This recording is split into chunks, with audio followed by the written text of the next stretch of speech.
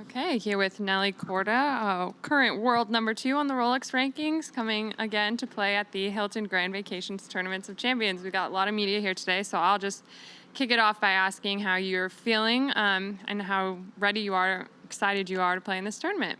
Yeah, feeling good. Didn't have too much of an off season. Got to play QB and PNC in December. Took like a week off, but yeah, I'm feeling good. Amazing. Steve, you want to kick us off? Sure. Can you talk to me about testing the new equipment? When did you do it? How did you do it? How are you liking it? I started testing, kind of in October. I used to play TaylorMade growing up, actually. So throughout my entire junior career, I played TaylorMade. They were amazing when it came to how diligent they were with the whole process of it. Obviously, it was a lot of extensive testing because to make the switch, I wanted to be 100% sure. And everything honestly went really smoothly. I was hitting every club really well. I think the technology is so good in every company that I just thought that TaylorMade was the best option for me going forward. What about the golf ball? Have you seen any difference, and what have been the differences? No, the golf ball is really good. It was very similar to the old one I used to play. I'm playing the TP5. I kind of tested the X a little, but I preferred the 5 around the greens, and I was still seeing really great control with my irons, with my driver, and I saw a little bit of distance as well. A lot of people were saying that this is kind of a warm-up week for them, but you've been playing a lot. I mean, what are your expectations? Yeah, I mean, it's kind of tough. Like, you have 1 week and then you have 4 weeks off. So it's kind of hard to kind of get into the swing of things. For me this week, my expectations are, obviously, I'm going in wanting to win Lowe, trying to see the equipment, see if I need to tweak it here and there. But this is such a fun and unique event. I always have so much fun. I'm playing with Lowe again, first round. I played with him 3 times last year. I make sure to request him every year. And yeah, I'm just excited for tomorrow and see how it goes. Now, when you look at last year in the forced break, when you came back, did it affect at all how you looked at golf? As in the blood clot? Yeah. I think I was just a little bit more grateful to be playing it, to be traveling, to be doing what I love. Obviously, appreciation grows for it when it's kind of taken away from you in that sense. So for sure, I think I've just grown to appreciate it a little bit more, just the simple things of getting to go on the range and hit some balls, hit some putts, and traveling. Yeah. And as you look at this course and how you've gotten to know it through a few years, what do you see as the biggest challenge here? I think the greens. There's a lot of fall-offs on these greens. You obviously have to hit it really well to give yourself a good opportunity, but they're pretty subtle. The course actually kind of reminds me a little bit of Concession, but I would say the course's defense are the greens. You have to hit good quality shots into the greens and then be accurate, and as well as read the subtle breaks on the greens with the Bermuda. Nelly, Hello. Last time we saw you down in Naples, I was asking questions about your signature line. Yeah. A little bit of another switch besides TaylorMade. Can you tell us about your new apparel deal and what it means to you to be with Nike? Growing up, I looked up to athletes, Maria Sharapova, Nadal, Federer. They were all wearing Nike, and obviously, when it was presented to me, I was over the moon because that was something as a child I kind of dreamt about. Yeah, I'm honestly over the moon to be sponsored by Nike and to be a Nike athlete because that's something that I've kind of always dreamt about. Will you be in upcoming commercials or anything fun that you can share that's coming down the pike? Nothing in the plans right now, we'll see. But as of right now, I'm just focusing on this event, and then moving forward, we'll see. I'm sure you saw that their temporary lockers were just delivered here a little bit ago. What does a player-only locker room mean to you, and how important is it to you to have that space? Honestly, I've played this tournament, I think, from the start. I'm not 100% sure. And we've never had lockers. But to me, event is so unique in a sense where that stuff doesn't really bother me. I mean, you're out here competing with different types of celebrities, former athletes, current athletes, that to me, like, this event is so special and so different that something like that doesn't bother me at this event.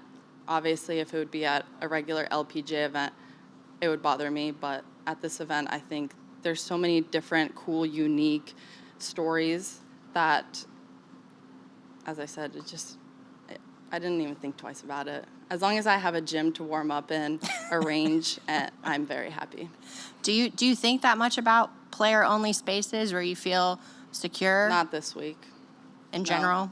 Just in general, like, it's such a unique event. I mean, you're playing with men, you're playing with women. I mean, to me, it doesn't bother me. I mean, if it was a regular LPGA event, for sure, I would want my own space. I would want my locker. I would want to put stuff in it. But this event is just unique itself. Thank you. I'm just wondering how different the off-season was for you, because you played in the team event in Naples, you played in the PNC, you made an equipment change. I'm sure there's a lot of testing. It doesn't feel like you had a whole lot of time off coming into this. What's that been like? No, honestly, I put my clubs away for a week. I didn't see the gym for a week. I have been training in the gym a lot, actually. I took the time kind of a little bit this off season to focus on the gym, to strengthen just for the year, to build a base, in a sense, to learn more about my body.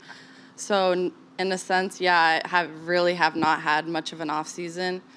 I've been playing a lot, QBE, PNC, which are opportunities that I'm so grateful for. I would never turn those down, especially, being able to showcase women's golf. I mean, if I'm a slight bit part of that, I'm super happy and super grateful to even be on that stage. And yeah, it was definitely a different off season, but I mean, I have 4 weeks off after this event, so it's gonna be again kind of like a mini off season, which to me didn't really bother me. You mentioned how much you've played with Derek Lowe. Any favorite memories or funny stories you can share with us from playing with him? I have too many. Give us Are one. not appropriate. I was worried about that. No, he is the kindest guy. Him and his wife, Carolyn, they actually come out and watch me every event in Naples at our tour championship too. So over the years, I've gotten to know him really well, and I've enjoyed every second that I've spent with him. And seeing him probably lift the trophy on Sunday last year was the most exciting thing I've seen. And kind of going off of that question of what you were limited to in the short off season and preparing your body for what's to come in 2023, the cadence of this schedule, obviously with this event, and then as you mentioned with 4 weeks off, back-to-back majors, a lot of travel this season in particular, and this is on the heels of all the changes that happened due to COVID manipulating things. What do you make of this year's schedule? There's a lot of thought that went into this year's schedule, honestly, and that's why I kind of sat down and my team and I decided that it was really important to focus on my body, being able to be fresh. I mean, every year I run into a situation where I'm kind of burnt out, and I'm really hoping that I've learned from that because last year I did it as well. I spent 7 weeks on the road, close to 8 actually.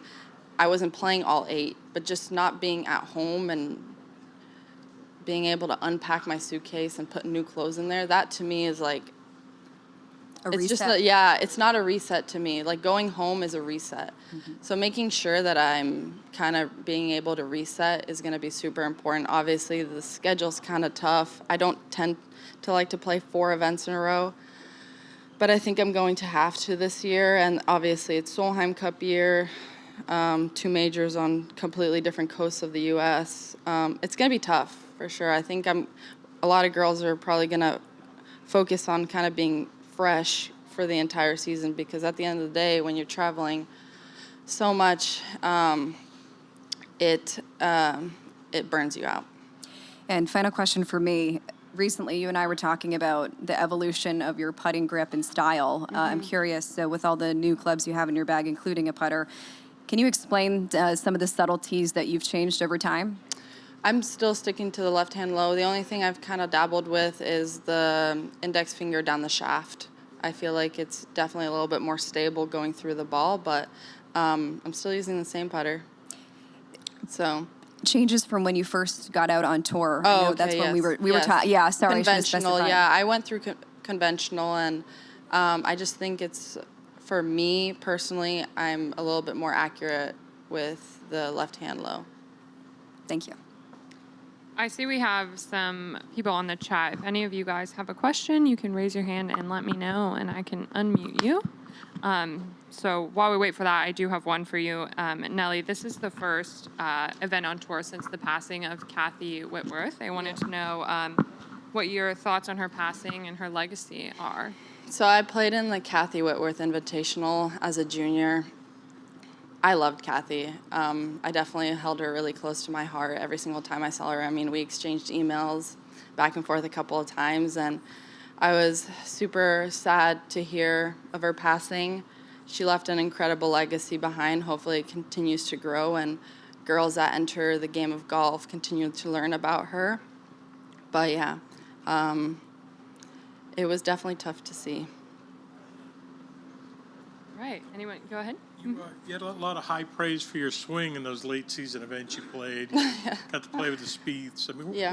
what do you pull from that experience? That they should watch more women's golf. Honestly, no, it was such an incredible experience. They were very kind with their words towards me, but I think if they came out here and watched all the girls compete, they would be as equally impressed. It just shows kind of like the product that we have out here, and hopefully we continue to grow that. And is there anything specifically that you can learn about your game watching some of these? Yeah, for Other sure. pros, yeah. There was some shots that, there's pins that I would never even think twice about kind of being aggressive at, and they hit those high fades at them. Obviously, they're hitting shorter clubs. I'm saying like par threes.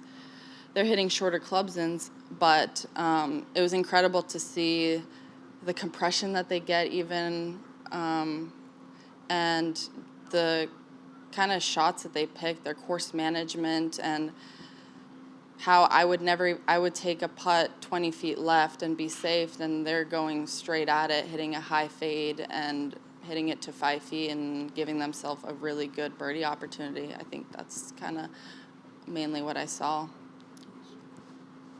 All right. That's all. Thank you so much, Nelly, for your time. Thank you.